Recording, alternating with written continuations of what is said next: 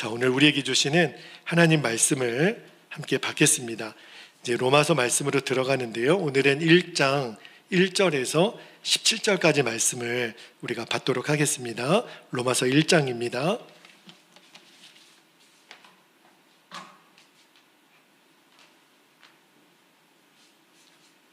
한 절씩 말씀을 같이 교독하고 마지막 17절은 같이 읽도록 하겠습니다. 1절입니다.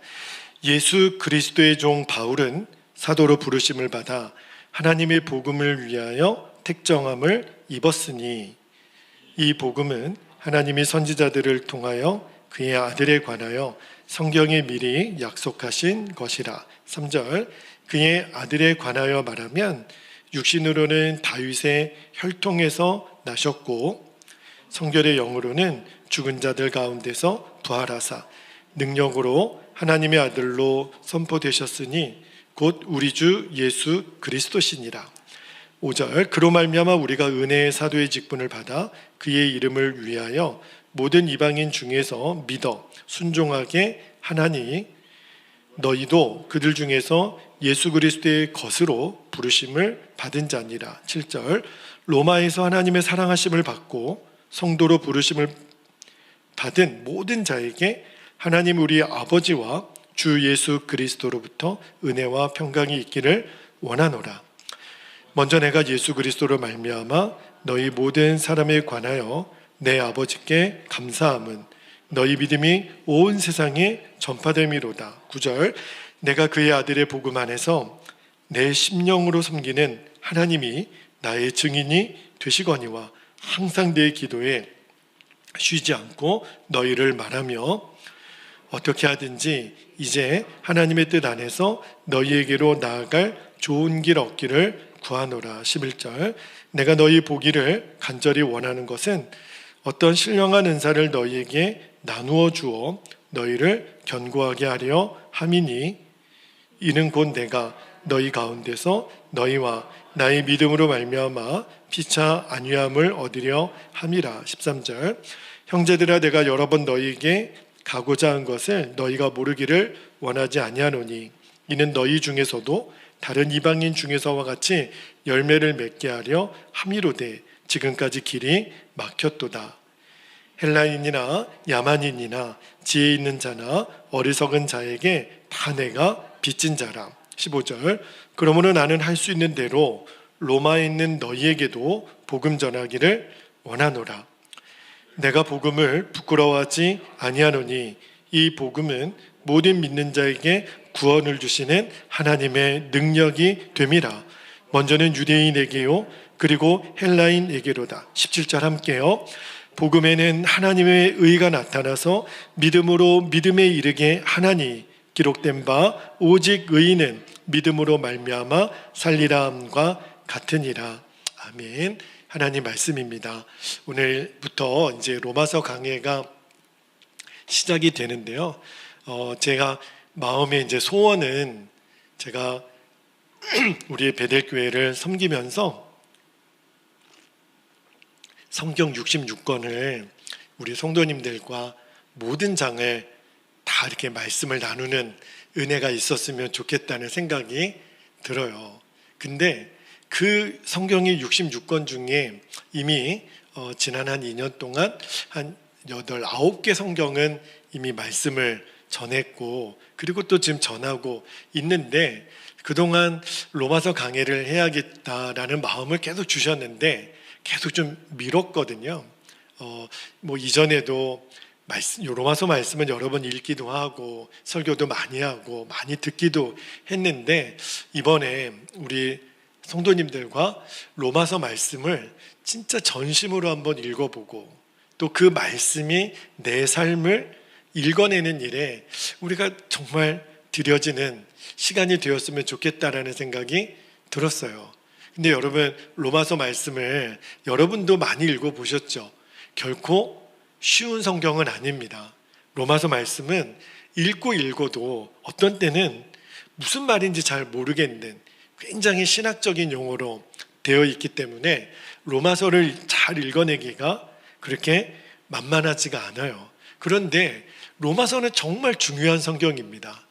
예수님께서 전하신 그 12제자들이 주로 집필했던 복음서하고도 전혀 정말 밀리지 않는, 정말 성경 중에 로마서를 보석이라고 그렇게 표현을 하고, 나중에 우리가 읽게 되는 로마서 8장은요 그 보석 중에 박힌 그 반지와도 같다, 그런 표현을 써요. 제가 그 3년 전에, 벌써 한 4년 가까이 되네요, 그 정말 하나님의 깊은 연단을 다룬받는 시간에 이 로마서 말씀이 얼마나 사모가 되든지, 특히 그 8장 말씀은 제가 매일 암송을 하고 다녔어요. 1절부터 마지막 39절까지 한글 성경으로도 모자라가지고 영어 성경으로도 외우고 일본어 성경으로도 외우고, 매일 정말 그 말씀을 읽고 또 읽고 그 말씀으로 살아보고 싶어서 그랬던 경험이 있는데, 제가 이번에 개인적인 목표는 로마서 말씀을 여러분과 좀 나누면서 100독 이상을 제가 한국어, 영어, 일본어로 말씀을 읽고 또 주신 은혜를 여러분과 좀 나누려고 합니다. 정말 로마서 말씀을 통해서 인생이 바뀌어지고 또 완전히 하나님의 역사를 경험했던 사람들이 너무너무 많아요. 그리고 성경에 또 기독교 역사상 이 로마서 말씀을 듣고 회심했던 대표적인 인물이 어거스틴도 그랬고, 그다음에 대표적으로 마틴 루터가 그랬죠. 로마서 서문을 읽다가 그가 종교개혁에 대한 꿈을 키웠다고 해도 과언이 아니죠. 감리교회 창시자였던 요한 웨슬레 목사님도 이 로마서를 읽다가 회심하게 된 거예요. 그러므로 이번에 우리가 이 로마서를 읽을 때 여러분도 정말 로마서가 어렵기는 하지만 이 로마서 안에 숨어있는 그 복음의 능력, 그리고 그 로마서 말씀이 주님 내 인생도 뒤집어내시고 내 인생도 바꾸는 그 능력을 경험하게 하옵소서, 그러한 소원을 가지고 우리가 로마서를 읽었으면 좋겠습니다. 작년 그 11월 23일부터 저희 교회가 이 성전 리모델링을 시작했습니다. 그때 이제 우리 교우들 기억나실지 모르겠는데 이 좌우측 벽면 다 뜯어내고요, 이 천정을 뜯어내니까 제 마음이 너무 심란하더라고요. 정말 이 교회 건물이 오래되었다라는 거는 알고는 있었지만, 와, 이렇게 낡았고 이렇게 부실하고 정말 뼈대 하나만 앙상하게 남아있는 모습을 보면서 너무 마음이 그때 안타깝기도 하고 그렇게 마음이 심란하더라고요. 진짜 이 가운데 석가래 하나만 남아있는 그 정도 몰골이었으니까요. 그러면서 그 공사를 하는 집사님이 저에게 계속 말씀해 주시는 게, 목사님 어떤 건물이든지 뭐가 제일 중요한 줄 아십니까? 기초가 중요하다는 거예요. 60년 전에 지은 건물 치고는 그래도 우리 베들교회 건물이 기초가 잘 되어 있다고는 하더라고요. 그런데도 여전히 우리 교회 안에 여러 가지 이렇게 좀 누수되고 그런 이렇게 흠이 있는 것을 보면서 정말 기초가 중요한 거구나. 그러면서 제 마음에 깨달아지는 것이 우리들의 신앙생활도 마찬가지라는 생각이 들어요. 여러분, 내가 신앙생활을 몇 년 했는지 상관없이, 내가 직분이 무엇이든지 상관없이 이번 로마서를 읽으면서 여러분의 믿음 생활의 기초가 튼튼하게 세워지게 되기를 축복합니다. 그리고 건강하게 세워지게 되기를 축복합니다. 그 로마서가 그거를 우리에게 기초를 마련해주는 성경이에요. 도대체 로마서의 핵심은 뭔가? 로마서는요, 핵심이 복음이에요. 복음에 대하여 가르쳐 주시는 책이 바로 로마서입니다. 그리고 왜 예수님이 나의 구주가 되시고 예수님과 내가 십자가에서 함께 죽고 다시 살아났다, 예수님의 생명으로 내가 산다, 이 복음의 핵심을 정확하게 가르쳐 주는 것이 바로 로마서입니다. 많은 성도님들이 복음에 대한 이야기를 많이 듣죠. 교회에서 늘 듣는 게 복음이잖아요. 성경에도 마태복음, 마가복음, 누가복음, 요한복음, 복음을 얼마나 많이 들어요. 그런데 여러분 혹시 불신자가 예수님을 전혀 모르는 사람이 여러분에게 저에게 복음이 뭔지 말씀해 주실 수 있겠습니까? 이렇게 물어보면 여러분은 그에게 복음이 무엇인지를 설명해 줄 준비가 되어 있습니까? 많은 분들이요, 많은 성도님들이 심지어는 내가 권사요, 장로요 이렇게 되신 분들도 제가 이렇게 질문해 보면 아유 목사님, 복음에 대해 설명하는 거는 목사님들이 하는 거지 저 같은 평신도가 뭘 안다고 설명합니까? 여러분, 그렇다면 주님의 복음이 목사들에게만 주어진 것입니까? 그렇지가 않지요. 복음에 대해서 내가 정확하게 모르니까 내가 복음에 대해서 설명할 능력이 없는 거예요. 저희 교회에서 1:1 양육을 합니다. 이제 새 가족이 오면 지금도 우리 권사님하고 우리 자매님 지금 양육을 받고 계시잖아요. 그 1:1 양육 교재가 제가 먼저 섬기던 교회 목사님이 집필하신 책인데 그게 로마서에 나오는 복음의 정수를 가지고 복음을 정말 알기 쉽게 풀어놓은 책이에요. 지금은 저희 교회에서 이제 성별에 따라서 남자 성도님들은 제가, 여자 성도님들은 아내가 1:1 양육을 섬기는데 나중에 우리 교회도 이제 제자훈련이 마무리가 되고 여러분이 이제 새 가족이 오셨을 때 여러분이 이제 1:1 양육을 이제 직접 섬기는 바나바라고 하거든요. 그 역할을 감당하게 되실 거예요. 그러면 여러분이 10주 동안 어느 누군가를 품고 그 1:1 양육 교재를 가지고 양육을 하다 보면 계속 어떤 은혜를 누리게 되냐면 내가 복음의 기초 위에 단단하게 세워지는 것을 경험하게 됩니다. 그러므로 사실은 새 가족이 와서 양육을 해야 우리 베델교회 성도가 되는 그 라이센스를 얻는 기준 때문에 하는 게 아니에요. 신앙생활을 어찌했든 간에 우리가 다시 한번 복음 앞에 서는 시간을 가지려고 하는 거거든요. 그러므로 실은 섬겨보면 섬기는 저나 아내가 더 유익해요. 한번 양육이 끝나면 더 내 안에 복음이 선명하게 세워지니까 여러분도 나중에 꼭 그 은혜를 누려보시게 되기를. 양육교재가 지금도 여러분 갖고 계시죠? 그 양육교재를 심심할 때마다 읽어보세요. 그러면 진짜 이 복음이 내 안에 살아 역사하는 것을 경험하게 됩니다. 자, 오늘 우리가 읽은 말씀 중에 요절 말씀인데요, 16절, 17절 말씀을 한번 읽어드릴게요. 제가 읽겠습니다. 내가 복음을 부끄러워하지 아니하노니, 오늘 설교 제목이에요.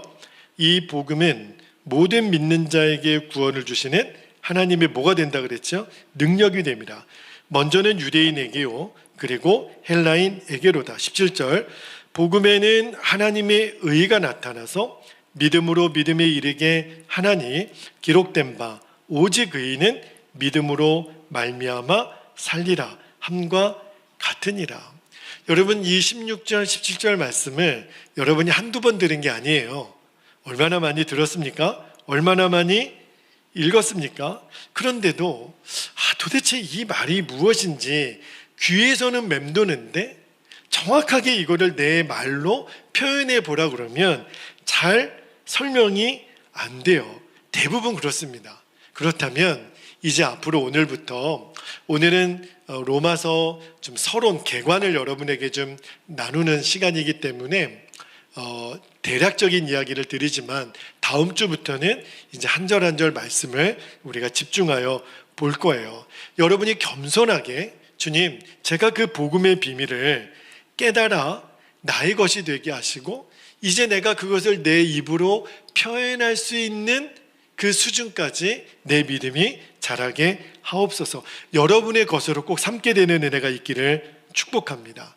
많은 성도님들이 그런 이야기를 해요. 목사님, 성경을 읽으면 읽을 때는 뭔가 좀 알 것 같고 그런데도 성경이 어려워요. 성경이 잘 이해가 안 돼요. 이런 이야기를 제가 자주 듣거든요. 그런데 여러분, 그 이야기를 하기 전에 우리가 말씀을 대하는 태도를 먼저 좀 바꿀 필요가 있습니다.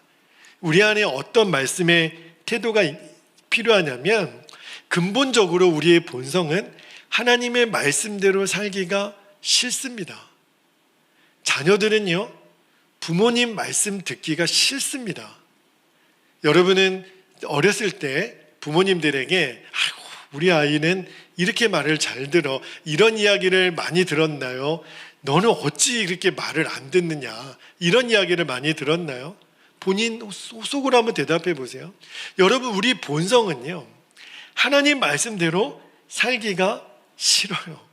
그러니까 복음에 대한 갈망 자체가 일어나지 않는 거예요. 맨 하나님 말씀은 사랑하라, 용서하라, 희생하라, 먼저 섬기라, 다 싫은 거예요. 내 본성하고는 안 맞으니까. 그래서 말씀을 우리가 듣기 전에 여러분에게 제가 부탁하고 싶은 게 있어요. 먼저 결단을 내려야 돼요. 하나님의 말씀이 내 인생의 기초가 되지 않으면 내 인생은 무너진다.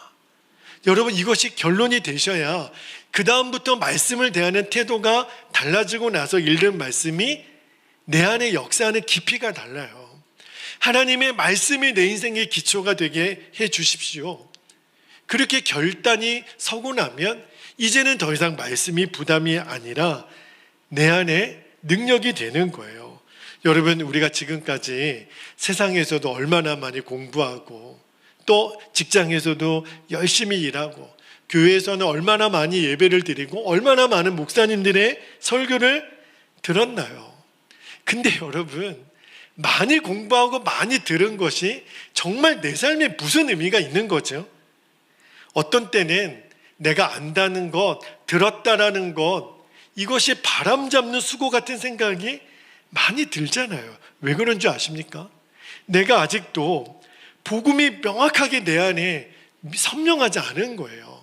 예수님이 누구신지, 그냥 교회는 다니지만 복음이 정확하게 무엇인지, 내가 믿는 예수님은 어떤 분이신지에 대해서 선명하지 않는 거예요. 그래서 우리들의 삶이 늘 무의미하다고 생각이 드는 겁니다.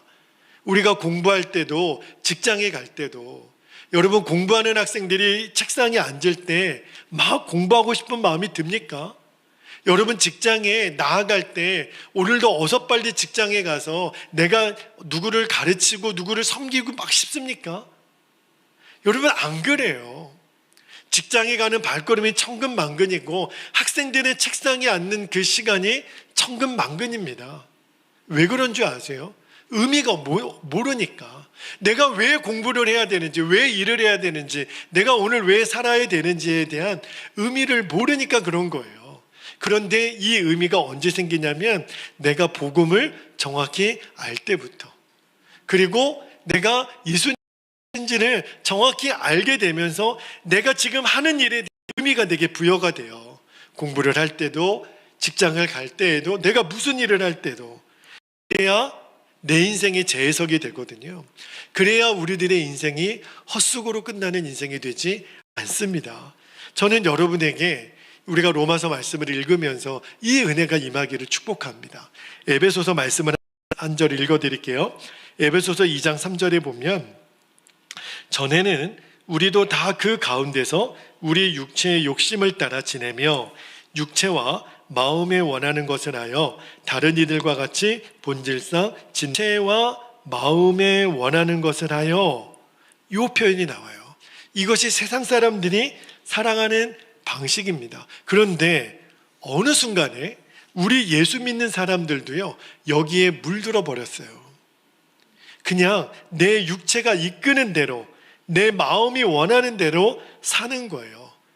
내 육체가 이끄는 대로 먹고 내 마음이 이끄는 대로 마시고 아무거나 보고 아무데나 가고 아무나 만나고 그냥 내 욕심이 이끄는 대로 사는 게 세상 사람들의 방식인데, 어느 순간 예수 믿는 우리들이 전염이 되고 말았어요. 여러분, 이것이 우리들의 인생에 가져오는 모든 문제의 근원입니다. 이것 때문에 우리들의 인생이 엉망진창이 되게 만드는 거예요. 그런데 우리가 진짜 이제부터 복음을 알게 되면 우리 주님이 이제 저와 여러분의 심령의 생명이 되시고 주님이 되는 그 예수님을 만나도록 복음이 그것을 인도해 주세요. 그거를 가능하게 해주는 것이 바로 복음입니다. 그게 복음이 뭐냐면 예수님을 만나게 해주는 징검다리가 바로 복음이에요. 그래서 내 인생이 바뀌는 거예요.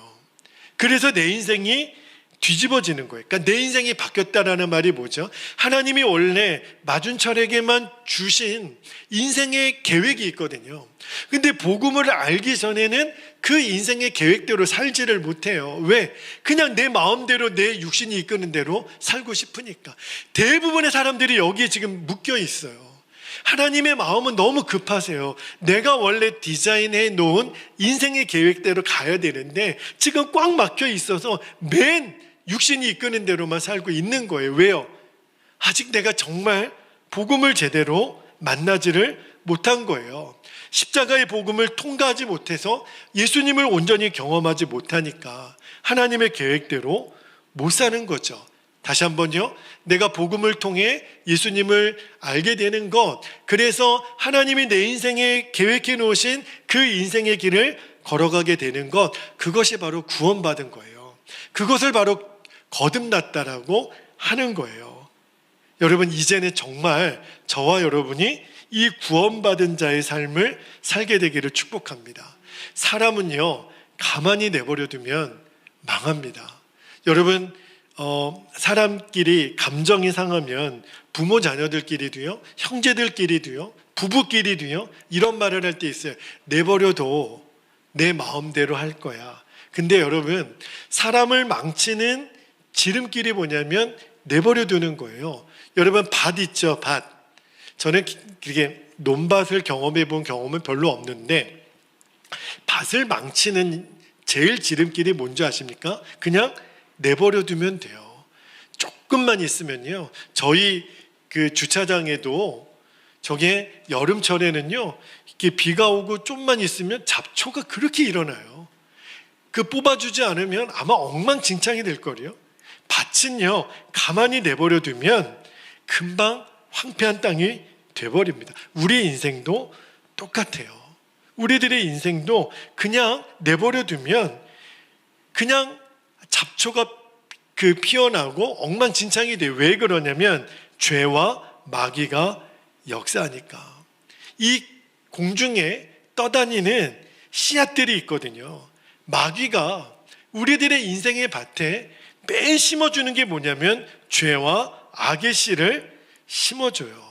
여러분, 내 밭을요, 정확하게 복음으로 내 인생을 김매기하고 또 가꾸지 않으면 우리들의 인생은 금방 망하게 됩니다. 왜요? 이놈의 마귀가 죄와 악을 맨날 우리들에게 뿌려놓는 거예요. 모든 죄의 역사에는 뒤에 마귀가 있습니다. 우리가 이제는 영안을 열고 보셔야 돼요. 내가 왜 이렇게 허무하고 내 마음이 우울하고 내 마음이 답답하고 뭔가 하나님의 계획대로 살지 못하고 있는가? 이제는 영의 역사가 여러분에게 분별되어지기를 원합니다. 마귀는 계속 우리에게 망치는 씨를 뿌려주는 거예요. 죄의 씨를 뿌려주고 또 하나님이 원치 않는 길을 갈 수 있도록 악의 씨를 계속 뿌립니다. 근데 우리는 그 마귀의 역사가 뭔지도 모르고 계속 내가 헤매고 있는 거예요. 우리들의 인생의 문제가 다 여기서 오는 거거든요. 이제는 여기서 해결함을 받아야 됩니다. 이제는 정확하게 복음이 뭔지, 그리고 마귀가 죄와 악으로 역사하는 그 실체를 우리가 이제는 알게 되면 우리는 무너지지 않아요. 절대 무너지지 않습니다. 이제 여러분이 복음으로 다시 세워지면 돼요. 우리들에게 이 세 가지 문제, 우리가 복음을 모르고 또 죄와 악의 역사, 그리고 그 뒤에서 역사하는 마귀의 역사를 모르니까 그동안 우리들이 인생의 어려움을 겪었는데, 이것을 우리가 근본적으로 해결함을 시켜주시는 것이 바로 복음이요, 예수 그리스도 그분이세요. 이제 우리가 로마서 말씀을 읽다가 보면 여러분 스스로가 깜짝깜짝 놀라게 될 거예요. 내 인생의 모든 고민, 우리들의 인생의 모든 막힘, 우리들의 인생의 모든 비밀이 이 로마서 말씀 안에 해결을 받습니다. 제가 내일 새벽에도 요한복음 말씀을 전하면서 그 이야기를 드릴 텐데, 여러분 로마서를 읽어가면서 계속해서 예수님 그분이 누구신지를 알아가는, 내 평생의 소원, 내 평생의 소원, 대속해 주신 그 사랑을 간절히 알기 원하네, 예수님을 알아가는 눈을 우리가 로마서를 읽어가면서 열게 될 거예요. 자, 오늘 읽은 말씀 중에 3절 4절 말씀을 한번 볼게요. 로마서 1장 3절 4절에 보면, 그의 아들에 관하여 말하면 육신으로는 다윗의 혈통에서 나셨고, 그렇죠? 이거는 우리가 다 알아요. 4절에 성결의 영으로는 죽은 자들 가운데서 부활하사 능력으로 하나님의 아들로 선포되셨으니 곧 우리 주 예수 그리스도시니라. 그러니까 복음은 예수 그리스도 그분에 관하여 말해주는 것이라고 바울도 지금 명시를 하잖아요. 여러분, 이제 전에는 내가 예수님을 막연하게 믿었다면, 이제 로마서를 읽어가면서 내가 복음을 알게 되면 이제 예수님과 나 사이에 인격적인 친밀함이 무엇인지를 여러분이 누리게 될 것입니다. 여러분, 우리의 신앙의 목표는 예수님 그분과 친밀해지는 거예요. 예수님은 성경 속에만 계신 분이 아니에요. 예수님은 저 먼 우주 어딘가에만 계신 분이 아니고 지금도 나와 모든 순간에 동행하시는 분, 나와 함께 하시는 분, 그리고 내가 죽고 예수로 사는 것이 무엇인지를 이 로마서를 읽어가면서 여러분에게 계속 누려지게 될 거예요. 우리들의 신앙 고백이 달라질 거예요. 이게 바로 예수님을 믿는 겁니다. 여러분, 세상 사람들은요, 예수님 믿는 우리들을 향해서 진짜 입에 담지도 못할 욕을 하더라고요. 여러분, 그런 욕 들어보셨어요? 정말 어떻게 교회 다니는 우리를 그렇게 비아냥거리는지. 그런데 세상 사람들이 교회를 향하여 손가락질할 때 잘 들어보세요. 예수님에 대하여 뭐라 하는 사람은 없어요. 예수님의 말씀은 다 훌륭하다 그래요. 그런데 교회 다니는 사람들은 재수없대요. 교회 다니는 사람들은 밥맛이래요. 교회 다니는 사람들은 상종하지 못한대요. 어느 지하철에 막 사람들이 말로 싸우고 있었어요. 어느 할아버지가 소리를 있는 대로 지르는 거예요. 조용히 해! 여기가 교회인 줄 알아! 왜 싸워! 그러더래요. 그러니까 일순간 조용해지더래요. 여러분, 그 할아버지가 뭘 말한 거죠? 교회는 싸우는 곳이라고 비아냥거리는 거 아닙니까? 그 얘기를 듣고 우리가 웃을 수가 없는 거예요. 세상 사람들은 우리를 향하여 말도 입에 담지도 못할 욕을 하고 우리를 비웃습니다. 여러분, 이제는요, 이런 모순이 어디 있어요? 내가 예수님을 믿는데 그들은 예수님을 향해 뭐라고 하지는 않아요. 그러나 예수 믿는 나를 향해서는 뭐라 그래요? 제가 새벽에도 그런 말씀을 드렸죠. 우리가 세상에서 핍박을 받는 것은 예수님 때문에 받는 핍박인 거는 맞아요. 그러나 손가락질 당하는 거는, 이거는 하나님의 계획은 아닙니다. 이제는 이 모순을 우리가 깨어내야 돼요. 여러분, 복음을 내가 진짜 알아야 내가 정말 예수 믿는 사람.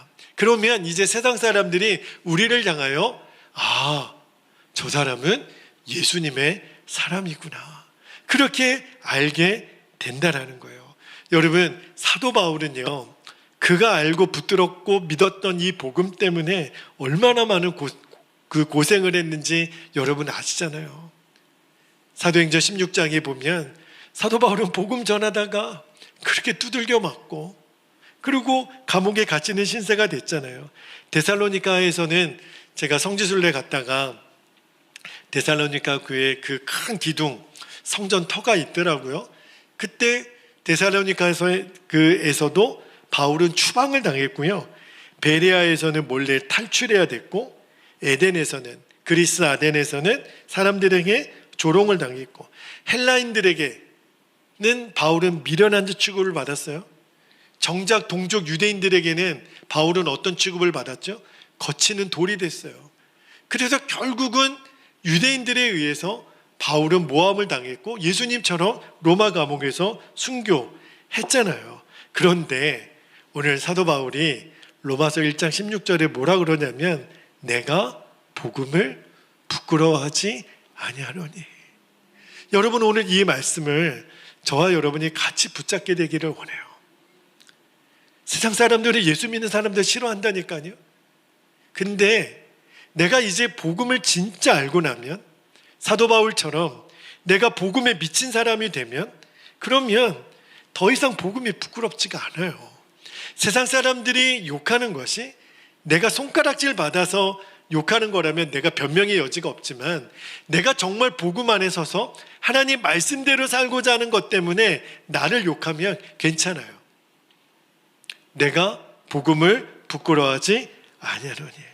오히려 이 말씀을 하는 바울의 마음은요, 안타까운 거예요. 복음을 모르는 그들이.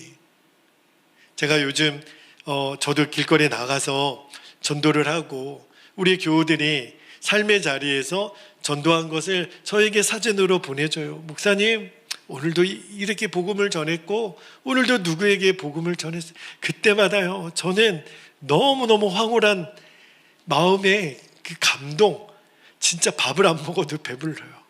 여러분, 이 목사를 배부르게 해줄 수 있는 방법은 우리가 복음을 부끄러워하지 않는 거예요. 때를 얻든지 못 얻든지 내 삶의 자리에서 가족이 됐든 내가 어디 마트 가서 물건을 하나 사더라도 미용실을 가더라도 한마디 할 수 있잖아요. 원장님, 제가요 예수 믿는 사람인데 예수님 꼭 믿어보세요. 너무너무 행복해요. 전도예요. 그게 복음을 부끄러워하지 않는 거예요. 제가 여러 번 말씀드렸잖아요. 여러분, 왜 운전하다가 내가 막 욕할 상황이 되면 십자가를 내려요? 왜 십자가를 밑에다가 감춰요? 복음을 부끄러워하는 거 아닙니까? 내가 예수 믿는 거를 지금 감추는 거 아닙니까? 어디 가서 내가 예수 믿는 사람이라고 왜 떳떳하게 말을 못합니까? 바울은요, 복음을 부끄러워하지 않는다고 했어요. 오히려 그렇게 손가락질하는 세상 사람들이 불쌍한 거죠. 왜 그럴까요? 복음을 알고 나니까 이게 얼마나 위대한 능력인지, 그죠? 얼마나 위대한 구원인지. 그러면 어떤 시련이 와도 이 복음 놓치지 않습니다.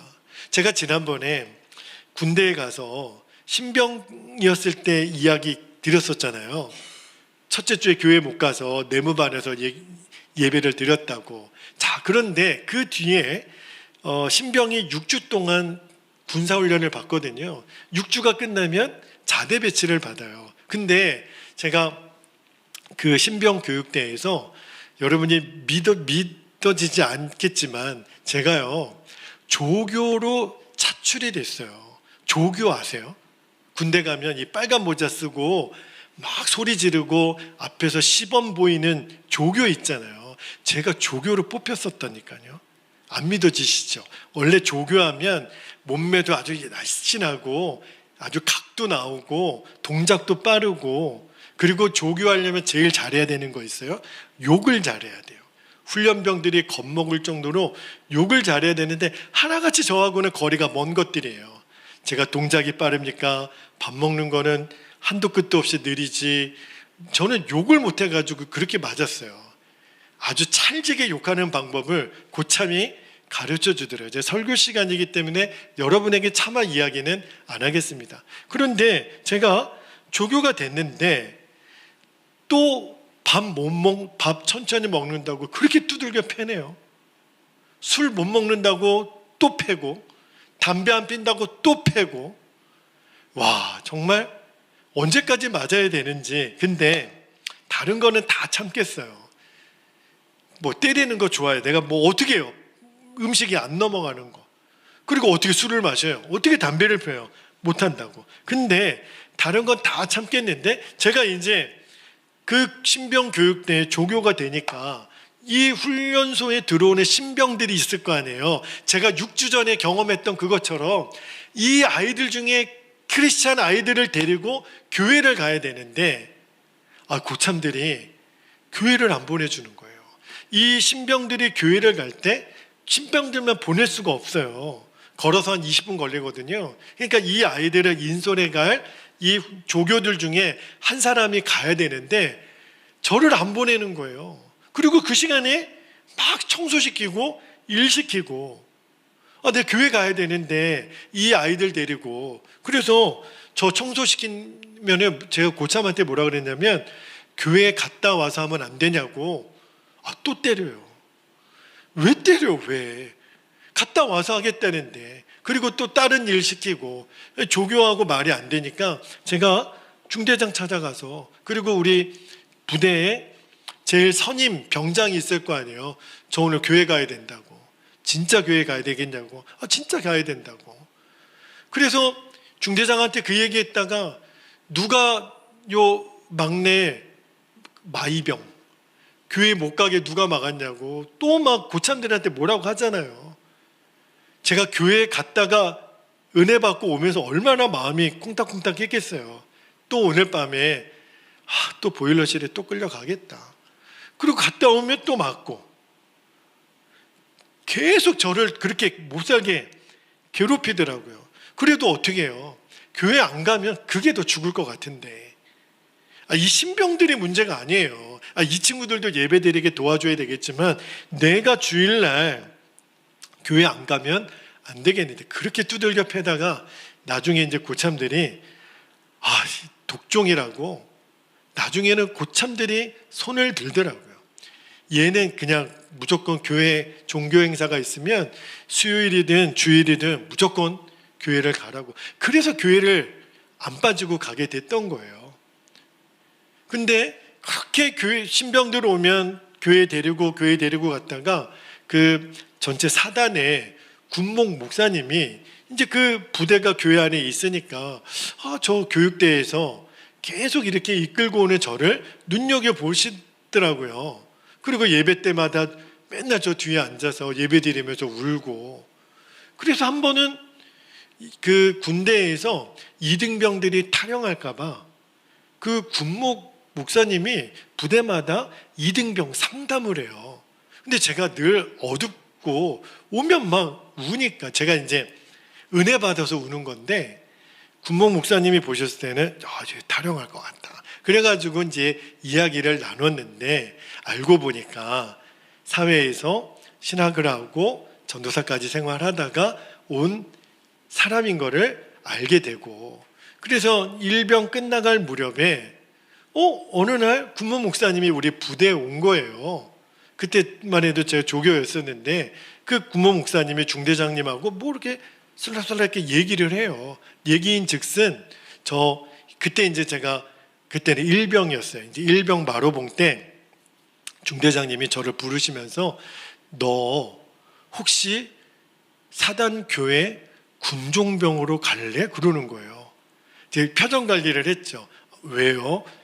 아니 그 사단 군목 목사님이 너 그 군종병으로 오면은 좋겠다더라. 그래서 제가 그래도 될까요? 그래가지고 제가 일병 끝날 때 군종병으로 간 거예요. 그 다음에 이제 저 괴롭혔던 고참들 있죠. 그 훈련병들 데리고 교회에 오잖아요. 그러면 제가 부대가 바뀌었거든요. 부대가 바뀌면요, 고참한테 격려 안 합니다. 부대가 바뀌면 서로 뭐라고 군인들은 부르냐면 그냥 아저씨라고 불러요.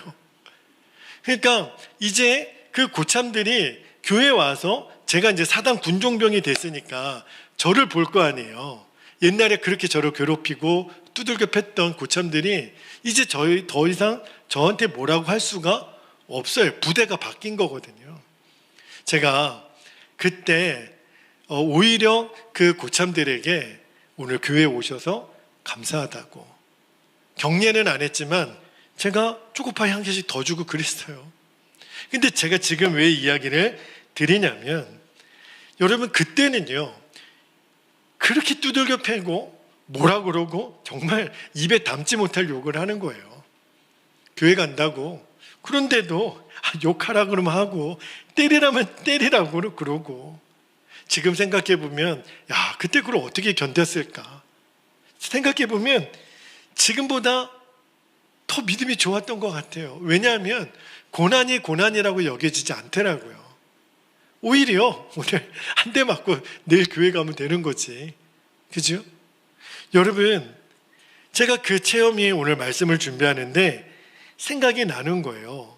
우리가 정말 복음을 알지 못하면 고난 속에 숨겨놓은 그 영광을 누리기가 어렵겠다. 여러분, 그때 그런 생각 안 들었을까요? 어지간하면 타협하는 거지. 어지간하면 안 맞기 위해서라도 술 한잔하고 담배 피우고 그럴 수 있는 거지. 실제로 그런 사람들 많거든요. 근데 안 되는 걸 어떻게 해요? 나는 죽어도 교회 가야 된다는데 어떻게 해요? 여러분, 내가 그런 핍박 가운데 끝까지 복음을 붙들 이유가 없네. 그러면서 타협하는 사람들이 얼마나 많나요? 여러분, 그게 꼭 군대에서만 이야기가 아니잖아요. 우리가 사회생활 하다 보면 눈 딱 감고 그냥 나도 모르게 은근슬쩍 부정비리 행하고 영수증 가라로 쓰고 그런 유혹 받을 때가 얼마나 많아요. 그러면 내가 복음을 붙들 이유가 없는 거죠. 왜요? 복음을 정확하게 모르니까. 여러분, 복음을 진짜 알고 나면 그렇게 살라 그래도 못 살아요. 사도 바울이 그랬거든요. 복음을 알고 나니까 지금까지 내가 가지고 누렸던 모든 것들이 배설물처럼 여겨졌다는 거예요. 빌립보서 3장 7절에서 9절까지 읽어보면 지금까지 내게 모든 유익했던 것들이 이제는 다 해로 여겨지고 배설물처럼 여겨졌다는 거예요. 그럴 수가 있을까요? 그러면요, 사도 바울은 그 복음이 뭔지를 알았으니까. 그죠? 혹시 여러분, 그렇게 될까봐 나는 복음을 몰라야 되겠다. 그러면 진짜 여러분 회초리 맞으셔야 돼요. 복음을 알고 나면 우리도 바울처럼 고백하게 됩니다. 로마서가 우리를 그렇게 안내해 줄 거예요. 다음 주에 우리 구정 설날 전날이기는 하지만 다음 주 수요일 날 이제 본격적으로 이제 로마서 말씀을 하나하나 여러분과 좀 나눌게요. 왜 도대체 복음이 능력이 되는지, 그리고 사도 바울은 왜 복음을 부끄러워하지 않았는지 그 놀라운 비밀을 저와 여러분에게 열어주시기를 축복합니다. 오늘은 좀 서론적인 이야기를 여러분과 좀 나누었지만 오늘 우리가 두 가지 기도 제목을 붙잡고 이 시간 우리 함께 기도하기를 원합니다. 첫 번째 기도 제목입니다. 정확한 복음으로 나의 인생을 예수님께 완전히 맡기는 결단이 내 중심으로부터 일어나게 하옵소서. 여러분, 머리로만 아는 복음은 의미가 없어요. 나를 변화시키지 못하는 복음은 복음이 아닙니다. 이제 정확한 복음을 붙들게 해달라고, 그래서 내 인생 예수님께만 완전히 맡기게 해달라고 결단이 일어나는 밤이 되기를 축복합니다. 두 번째, 십자가 복음을 통해 이제는 교회 다니는 사람으로서가 아니라 예수님의 사람으로, 이제 세상 사람들이 나를 향해 함부로 손가락질 못할 거예요. 왜요? 나는 예수님의 사람이니까. 근데 그거를 위해서 내가 복음으로 결론이 지어져야 돼요. 주여, 내가 이제는 십자가 복음으로 교회 다니는 사람이 아니라 예수님의 사람으로, 세상이 함부로 할 수 없는, 세상이 감당하지 못하는 사람으로 서게 하여 주옵소서. 우리 두 가지 기도 제목을 붙잡고 주님의 이름을 간절히 부르신 후에 통성으로 기도하겠습니다. 주여